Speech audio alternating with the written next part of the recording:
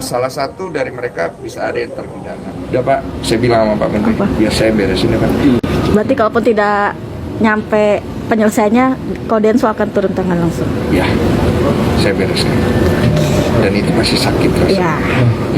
Oke, keras. Ya, thank you. Keras kok. Yuk guys, balik lagi di Oki Kevin Official bersama saya tentunya Oki. Nah, kita lanjut lagi dalam kasusnya Agus, dan ini ada berita terbaru yaitu tentang Yusuf Hamka turun gunung. Semoga ada titik terang ya. Akhirnya ada orang baru lagi yaitu Yusuf Hamka turun tangan nih untuk menyelesaikan kasusnya Agus bersama menteri ya.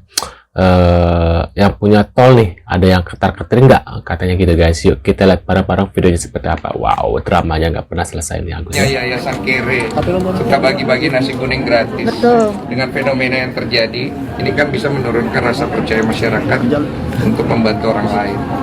Kalau menurut Pak Yusuf, arahnya kemana? Nah, arahnya duduk Islam bersama sesuai arahan Pak Menteri, ya kan, Islam, karena potensi yang ada menurut saya luar biasa. Ini kesetiakawanan sosial yang dibentuk secara mendadak, tidak by desain, bisa mengumpulkan dana dalam sekian minggu jadi 1,5 miliar, ini luar biasa. Bahkan tadi Pak Menteri, siapa yang bilang? Oh, Pak Menteri bilang ada satu organisasi yang mengumpulkan dana yang luar biasa. Habis subuh itu banyak orang 5.000, tapi dia yang penyumbangnya banyak, jadi luar biasa. Jadi dalam hal ini saya melihatnya, maaf, semua pihak itu saya anggap anak-anak saya. Semua nggak ada yang salah, semua benar. Cuman yang ada adalah salah paham. Itu aja. Kalau ditanya saya, nah oleh sebab itu sudah benar. Kita tabayun ke pemerintah, kita serahkan kepada pemerintah apa arahannya, ya. Densu ini udah kayak adik saya, Farhat juga udah kayak adik saya, Agus Salim juga saya anggap kayak adik saya. Jadi semua nggak ada masalah. Saya pikir bisa diselesaikan. Saya punya rasa optimis. Yang penting naik-watulnya dulu. Kalau naik-watulnya baik, naik-watulnya ikhlas, kun fayakun, selesai. Jangan bikin gaduh. Kita mau membangun negeri. Ini kita dukung program Pak Prabowo. Cepat-cepat selesaikan ini. Oke Pak, bagus. Ada pertanyaan untuk Pak Yusuf? Kalau nggak Pak Yusuf mesti ngurus jalan tol ya? Cukup ya? Cukup Ya. ya. Aku duluan, saya jalan. Ya, beres damai.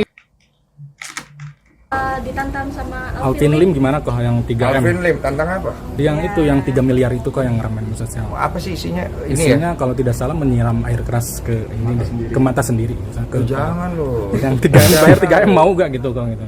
Maksudnya kalau nyiram, Nanti Pemuka. merasakan apa yang rasakan Agus, nanti dikasih 3 miliar. loh kasih aja langsung ke Agus. Loh kok nantang, ngapa? Kan niatnya mau membantu Agus kan? Iya. Kasih ke Agus uang 3M-nya. Udah nggak usah ada siram-siram lagi. Nggak usah Terus siram. loh, itu pidana loh. Siram air keras ke muka menyuruh orang itu nggak boleh loh, jangan loh. Ya, tolonglah, jangan ribut-ribut lah ya. Saya tahu ada kekecewaan, ada sakit hati, ada ini, ada yang nyari ini, nyari itu. Janganlah ya. Yuk, tolong tunjukin sama-sama kita ini bangsa yang punya adab. Bang, kemarin kan perdamaian bisa dibilang udah deadlock ya, Bang? Ya. Dan bahkan Nopi juga melakukan walkout dari perdamaian itu. Iya. Tanggapan Abang seperti apa sih Bang melihat ini? Oh, kalau saya sebagai penonton sih saya melihat tidak ada kesepakatan aja di situ yang membuat akhirnya jadi chaos dan akhirnya beberapa pihak jadi dirugikan ya. Dan saya juga pikir mungkin ada faktor telepon saya masuk gitu. Bang Farhat itu agak kurang suka sama suara saya dia. Janganlah gitu. Aku baik loh, aku samperin rumahmu baik-baik, ya kan? Aku ajak kau ngobrol baik-baik. Janganlah benci-benci. Ya. atur yang akan mengajukan Kalau gugatan. pidananya itu kemungkinan penyelewengan lah, arahnya lebih ke sana sih. Tapi Pak Gus, Menteri nggak mau, kasihan. Kalau bisa jangan, makanya beliau mau turun tangan untuk ngasih waktu kayak gini. Banyak kerjanya loh, Pak Menteri itu lebih sibuk. Bukan cuma ngurusin satu orang loh. Kasihan loh Pak Menteri ini. Janganlah. Udah sampai kalau sampai dipanggil Pak Menteri mau ketemu, masih juga. Udah Pak, saya bilang sama Pak Menteri, biar saya beresin ya Pak. berarti kalaupun tidak nyampe penyelesaiannya, Kodensu akan turun tangan langsung. Ya, saya bereskan. dan itu pasti sakit. Iya. Oke, keras. Keras kok. Harus kasih pelajaran sih menurut aku si Agus dan keluarga tuh. Nanti ada pertanggungjawaban uang yang sudah didapat atau barang yang sudah didapat itu dipergunakan untuk apa. Kemudian perlu diaudit baik oleh pihak yang berwenang maupun oleh masyarakat secara luas. Tuh, dengerin tuh gue sama pengacara-pengacara lu. Kalau uangnya udah didonasi itu bisa diaudit ulang. Harus dipergunakan dengan jelas. Sesuai dengan permintaan donasi di awal. Jadi nggak boleh disalahgunakan. Ini Pak Mensos sendiri loh yang ngomong. Ya kali masih nggak percaya menteri udah ngomong. Apalagi kata Pak Menteri sebenarnya uang itu tuh nggak resmi. Kenapa? Karena waktu buka donasi Bang Densu itu nggak izin sama Kemensos. Karena ada undang-undangnya setiap mau buka donasi harus izin dulu dari Kemensos. Tapi di sini Pak Menteri memaklumi karena memang banyak orang nggak tahu tentang undang-undang itu. Pak Menteri juga bilang karena ini adalah kesalahan dari mereka juga karena kurangnya sosialisasi. Jadi bisa kita tarik kesimpulan kalau uang yang didonasikan ke Agus itu bisa aja itu bukan haknya Agus sepenuhnya dulu loh buat saat ini. Karena itu bisa diaudit sama kita semua. Apalagi dengan jalur yang nggak resmi bisa diambil balik loh Gus. Tapi gua salpok sama Pak Yusuf Hamka ada di sini anjir. Gimana Bang FA sama pengacara yang lain masih aman kah? Ya saran gue ya buat Bang FA dan teman-temannya kalau lewat jalan tol minimal tanya-tanya dulu lah itu tolnya siapa. Tapi ada yang lebih menarik lagi nih, balasan dari Bang Eva tentang statement dari Pak Menteri. Anjir blunder banget. Kalau kalian penasaran kalian komen dulu, kita lanjut di part 2. Kalau saya itu menelpon memang karena saya melihat Novi itu udah tertekan. Saya itu nggak kuat melihat seorang wanita dikelilingi laki-laki, ada yang menunjuk-nunjuk, entah dia nunjuk siapa, jiwa Laki-laki ya. masculinity saya ini langsung ingin menelpon. Halo, asik. Supaya janganlah begitu. Tapi apa karena itu ya? Harusnya kalau bunga nelpon udah sepakat kali ya. Ya nggak tahu juga lah, pokoknya gitu sih. Iya. Dan nanya. Lalu Kan bilang halo. iya, itu jadi pro kontra di Bang Farhad agak sedikit Oh, dia mungkin gerak. ya serius-serius lu. Begituan doang lu makan. Kemarin tulisan tae lu makan. Ini lu makan, itu lu makan. Udah tahu cuma bercanda doang. Rumah lu sih enggak. Sekarang Bang Farhad akan lebih mengenal diri Sumargo dalam hidupnya ya. Bang.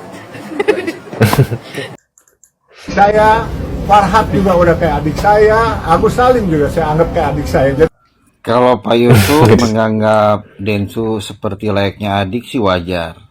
Wajar sekali karena istrinya atau Ci Olive sendiri sudah dianggap seperti anak oleh Pak Yusuf. Maka wajar rasanya bila Densu dianggap adik. Bahkan dianggap anak pun tak masalah. Tak ada masalah. Yang mengerikan adalah di saat Mang Abdul dan Samiun dianggap adik. Nah itu baru mengerikan. Bahkan bisa dianggap berbahaya. Apabila Mang Abdul dianggap layaknya adik oleh Pak Yusuf, itu berbahaya sekaligus mengerikan. Karena dikhawatirkan besok atau lusa, Mang Abdul akan meminta kepada Pak Yusuf untuk dibuatkan jalan tol secara private, sekaligus meminta untuk melunasi hutang-hutangnya kepada peserta UMKM. Iya benar. Artinya Farhad habis bilang si Olive bukan anaknya. Ya, saya udah komunikasi ternyata Densu ini bukan anaknya Yusuf Hamka. Densu ini bukan anaknya Pak Kiai atau istrinya bukan. Hanya memang istrinya Densu itu adalah bersahabat dengan anaknya Pak Yusuf Hamka. Bersahabat aja. Nah, dia aja menafsirkan diri bahwa itu adalah anak angkat. Justru kata Pak Yusuf Hamka, yang adiknya itu adalah Farhad Abbas. Saya dengan Pak Yusuf Hamka udah kayak abang adik. Ya. Jadi kami nggak bisa dipisahkan, nggak bisa diadu domba. Nah, kalau ada yolo-yolo mengatakan bahwa saya pernah diselamatkan dari penjara segala macam, itu dia salah informasi. Ya, jadi nggak usah saya ceritakan. Yang jelas, yang namanya pemikiran besar Pak Yusuf Hamka adalah jangan sampai ada ribut antara etnis. Sarah. Nah, menurut kalian gimana nih? Tulis di kolom komentar pendapatnya dari Farhad Abbas barusannya.